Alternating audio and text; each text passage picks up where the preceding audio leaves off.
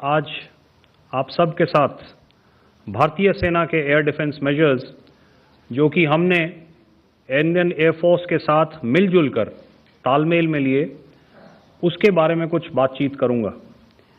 इस विषय में मैंने कल भी कुछ टिप्पणी करी थी, लेकिन आज मैं इस युद्ध के अहम एस्पेक्ट के बारे में आपको थोड़ा और पर्सपेक्टिव देना चाहता हूं। हमें एयर डिफेंस ऑपरेशन सिंदूर के एयर डिफेंस की कार्रवाई को एक कॉन्टेक्स्ट में समझने की आवश्यकता है। मैंने आपको कल बताया था कि पिछले कुछ सालों में आतंक की गतिविधियों का कैरेक्टर जो है उसमें कुछ बदलाव आ रहा था। अब हमारी मिलिट्री के साथ साथ मासूम सिविलियंस जो कि अपना बचाव करने में विफल थे, उन पर भी हमले हो रहे थे। 2024 में जम्मू सेक्टर में शिवखोरी मंदिर को जाते हुए यात्री और इस साल अप्रैल में पहलगाम में मासूम पर्यटक इस खतरनाक ट्रेंड के विशेष उदाहरण हैं। पहलगाम तक पाप का ये घड़ा भर चुका था। उसके बाद जो हुआ उसके बारे में हम कल विस्तार में बातचीत कर चुके हैं, क्योंकि आतंकियों पर हमारे सटीक हमले लाइन ऑफ कंट्रोल और इंटरनेशनल बाउंड्री को पार करे बिना किए गए थे। हमें पूरा अंदेशा था कि पाकिस्तान का वार भी बॉर्डर के उस पार से ही होगा। इसलिए हमने अपनी एयर डिफेंस की पूरी तैयारी पहले से ही कर ली थी। हमारी इन्वेंट्री में शामिल counter manned aerial systems, electronic warfare के साधन और एयर डिफेंस वेपन्स का इंडियन एयरफोर्स के इसी प्रकार के सिस्टम्स के साथ एक अनोखा मिश्रण किया गया। इसलिए आपने देखा कि जब जब पाकिस्तान एयरफोर्स ने हमारे एयरफील्ड्स और लॉजिस्टिक इंस्टॉलेशंस में 9 और 10 मई की रात को लगातार हमले किए, वो इस मजबूत एयर डिफेंस ग्रिड के सामने विफल हो गए। आपके सामने इस ग्रिड को एक तरीके से दर्शाया गया है। आप देख रहे हैं कि इंटरनेशनल बाउंड्री से कितनी layers, radars, counter unmanned aerial systems, उसके पीछे शोल्डर फायर्ड वेपन्स, हमारे विंटेज एयर डिफेंस वेपन्स जो कि काफ़ी सालों से हमारी सेना में हैं। एयर मार्शल भारती ने भी उसके बारे में बात करी। और लास्ट में हमारे modern air defence weapon systems.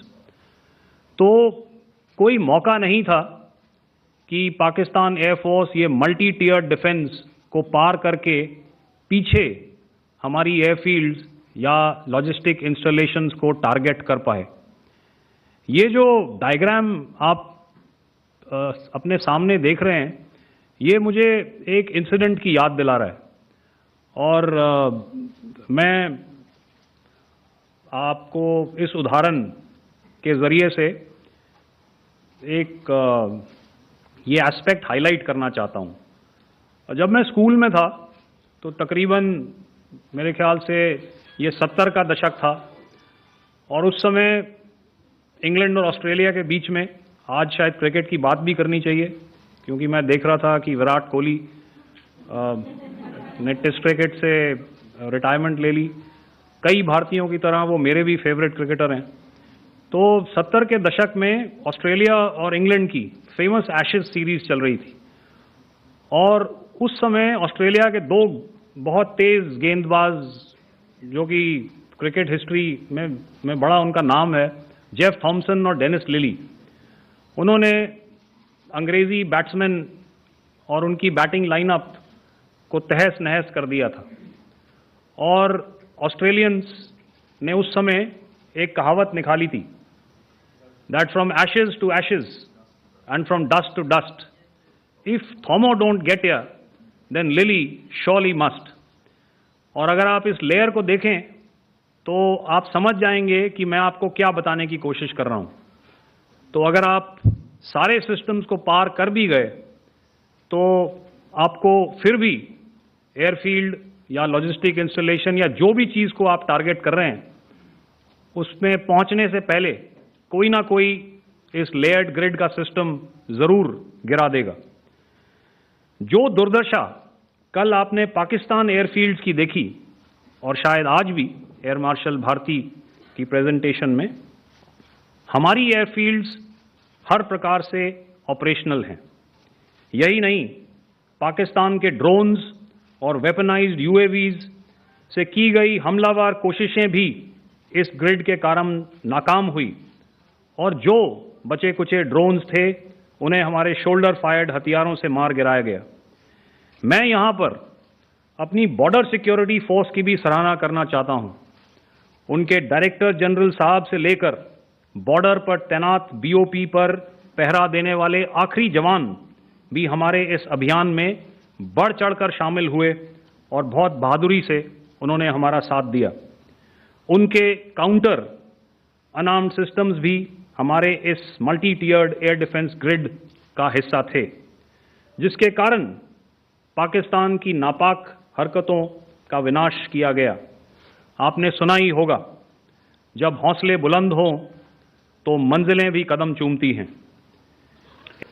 दोस्तों, हमारी लड़ाई आतंकवाद और आतंकवादियों के खिलाफ थी।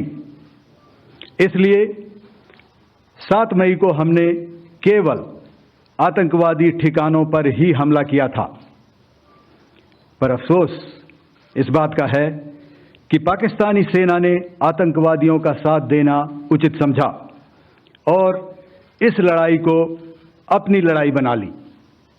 इस परिस्थिति में हमारी जवाबी कार्यवाही अत्यंत आवश्यक थी और इसमें उनका जो भी नुकसान हुआ वे खुद इसके लिए जिम्मेदार हैं। हमारी तरफ से हमारी एयर डिफेंस सिस्टम्स देश के लिए दीवार की तरह खड़ी थी और इसको भेदना दुश्मन के लिए नामुमकिन था। क्या संदेश दिया जा रहा है? तो मैं बस आपको रामचरितमानस की कुछ पंक्ति याद दिलाऊंगा, आप समझ जाएंगे। तो याद कीजिए वो पंक्ति जो है, विनय न माने जलधि जड़, भय 3 दिन बीत, बोले राम सकोप तब, भय बिन होए न प्रीत। तो समझदार के लिए इशारा ही काफी है।